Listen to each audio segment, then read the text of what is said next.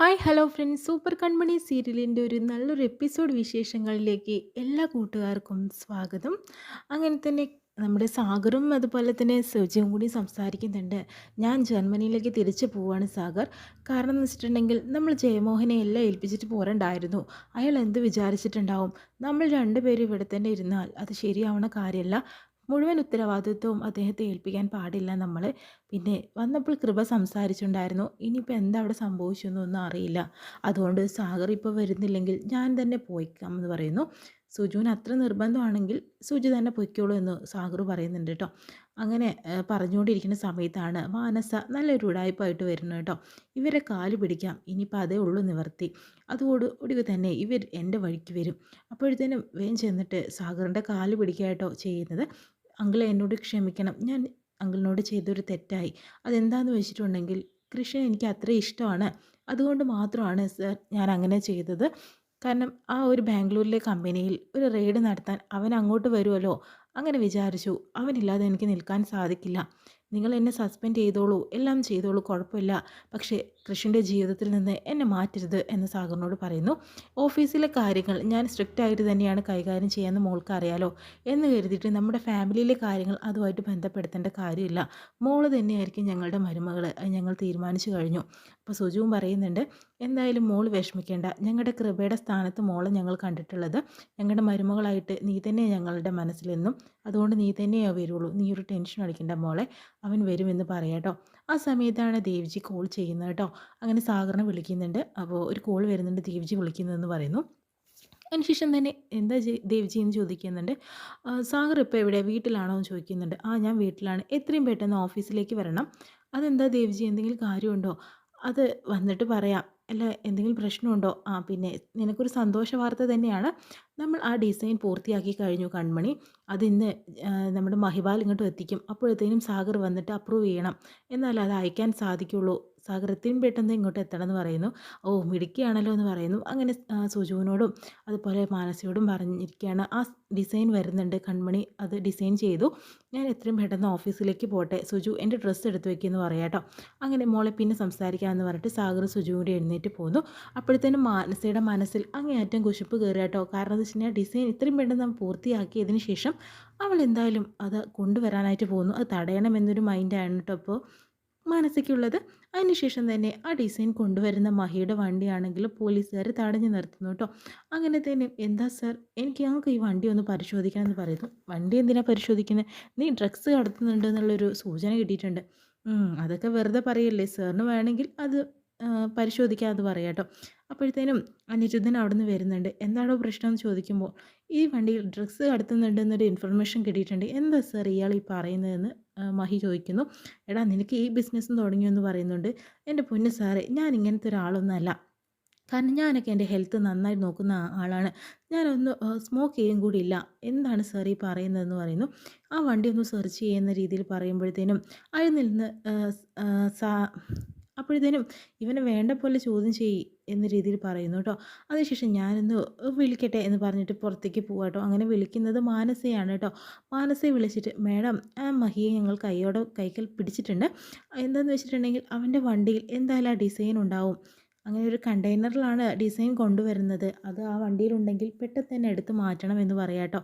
എന്തായാലും മാഡം ഞങ്ങളത് ചെയ്തിരിക്കും എന്ന രീതിയിൽ അനിരുദ്ധനും പറയുന്നുണ്ട്.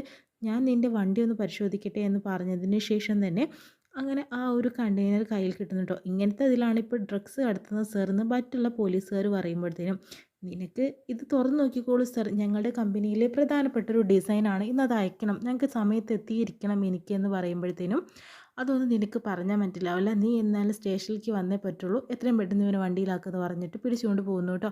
അതിനുശേഷം ഫോൺ അടിക്കുമ്പോൾ നിനക്ക് ഫോണും വേണ്ട ഒന്നും വേണ്ട പറഞ്ഞിട്ട് ഫോണൊക്കെ കൈക്കലാക്കുകയാണ് ചെയ്യുന്നത്.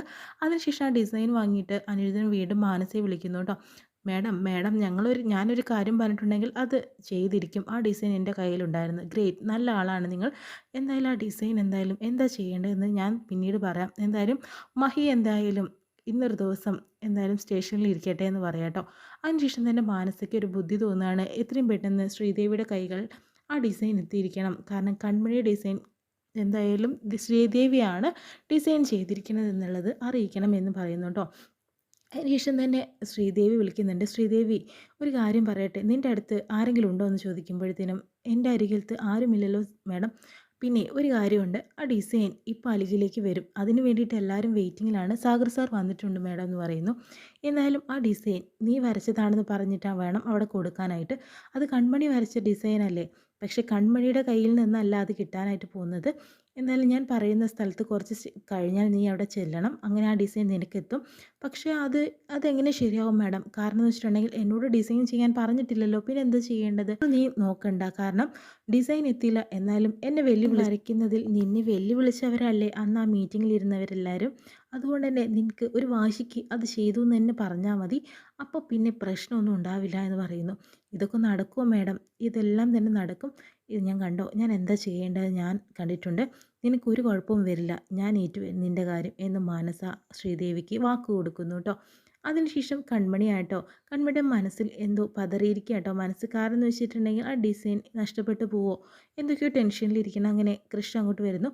"എന്ത് പറ്റി കൺമണി, നീ എന്തെങ്കിലും മൂഡ് ഔട്ടായിരിക്കുന്നത്?" ചോദിക്കുമ്പോഴത്തേനും, സർ മനസ്സിന് വല്ലാത്ത വിഷമം. ആ ഡിസൈനിൻ്റെ കാര്യം ആലോചിക്കുമ്പോൾ." കേണൽ സാർ പറഞ്ഞതനുസരിച്ചിട്ടാണോ? അങ്ങനെയൊന്നും ഉണ്ടാവില്ല. മഹിയുടെ കയ്യിലല്ലേ കൊടുത്തു വിട്ടിരിക്കുന്നത്. അവൻ സമയത്ത് അവിടെ എത്തിയിരിക്കും. നീ ഒരു കൊണ്ടും ടെൻഷൻ അടിക്കണ്ട" എന്ന് പറയുന്നു കേട്ടോ. "എന്നാലും സർ എന്തോ ഒന്ന് വരാനായിട്ട് പോകുന്നു എന്നൊരു തോന്നൽ." "ഒന്നുമില്ല. നീ മൂഡായിട്ടായിരുന്നാൽ ഞാനും അങ്ങനെ തന്നെ ആയിരിക്കില്ലേ. നമ്മൾ സന്തോഷിക്കേണ്ട സമയമല്ലേ. ഒരു ടെൻഷനും വേണ്ട. അതൊക്കെ വിട്ടേക്കെന്ന് പറയുന്നു.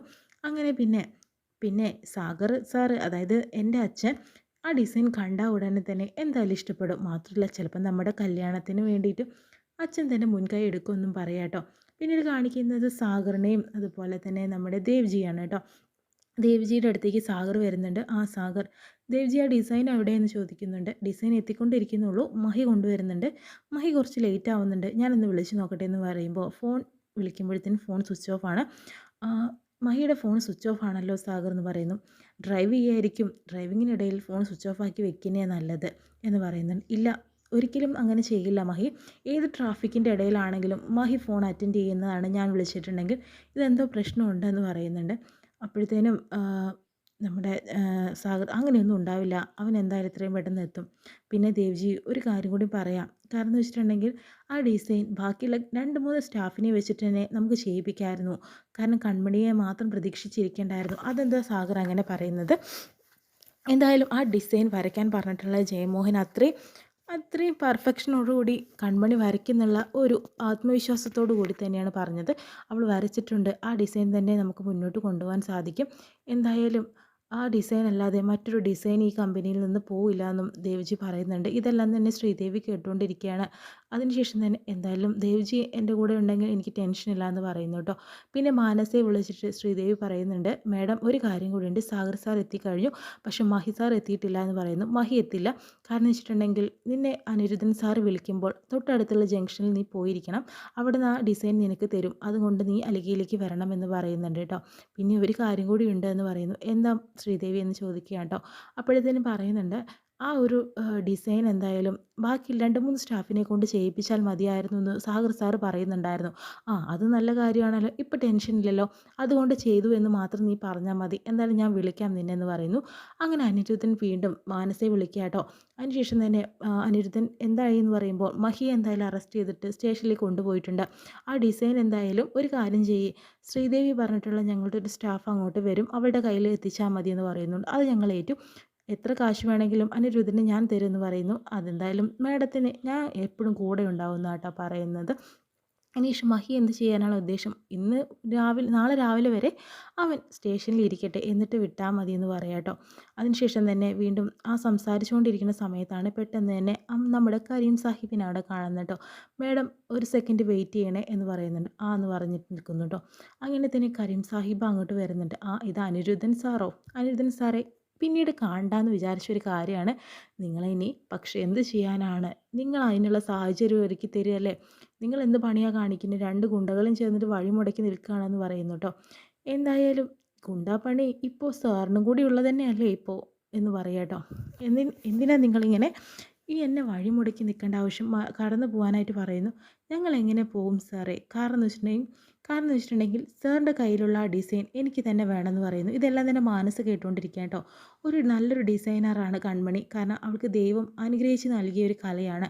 അത് മോഷ്ടിച്ച് മറ്റൊരാളുടെ കയ്യിലെത്തുക അത് വലിയ കഷ്ടമല്ലേ? അത് അവൾക്ക് അർഹതപ്പെട്ടതാണ്. അത് അലിയിൽ തന്നെ എത്തിക്കണം. അതുകൊണ്ട് തന്നെ പോലീസുകാർ കള്ളന്മാരെ പണിയെടുത്താൽ പിന്നെ ഈ കള്ളന്മാരെന്തായാലും പോലീസുകാരുടെ പണിയെടുത്തല്ലേ പറ്റുള്ളൂ. എന്തായാലും എൻ്റെ നല്ല സ്വഭാവം സാർ കാണണ്ട. എന്തായാലും ആ ഡിസൈൻ ഞങ്ങൾ കൊണ്ടുപോയപ്പോൾ സാർ ഇനി ഒന്നും പറഞ്ഞിട്ട് കാര്യമില്ല. കയ്യോടെ ഞങ്ങളത് എത്തിക്കേണ്ടടുത്ത് എത്തിക്കുകയും ചെയ്തു. അലിഗയിലേക്കോ അതേപോലെ കൺമണിയുടെ ജീവിതത്തിലേക്കോ നിങ്ങളുടെ ഒരു നിഴൽ പോലും കാണാനായിട്ട് പാടില്ല എന്ന രീതിയിലൊക്കെ നമ്മുടെ കരീം സാഹിബ് പറയാം കേട്ടോ. എന്തായാലും കരീം സാഹിബ് എന്തായാലും അലിഗയിൽ ആ ഡിസൈൻ എത്തിക്കുന്നുള്ളതിൽ ഒരു സംശയമില്ല. അങ്ങനെ മഹിക്ക് പറ്റി കരീം സാഹിബ് ആയിരിക്കും അവിടെ എത്തിക്കുക കേട്ടോ. എന്തായാലും മാനസയുടെ ഈ പ്ലാനിങ്ങും പൊളിഞ്ഞു. എന്തായാലും ഇത്രയും കാണിച്ചുകൊണ്ടാണ് ഇന്നത്തെ എപ്പിസോഡ് വിശേഷം കഴിയുന്നത്. നമുക്ക് പ്രമോ ആയിട്ട് കാണാം കേട്ടോ.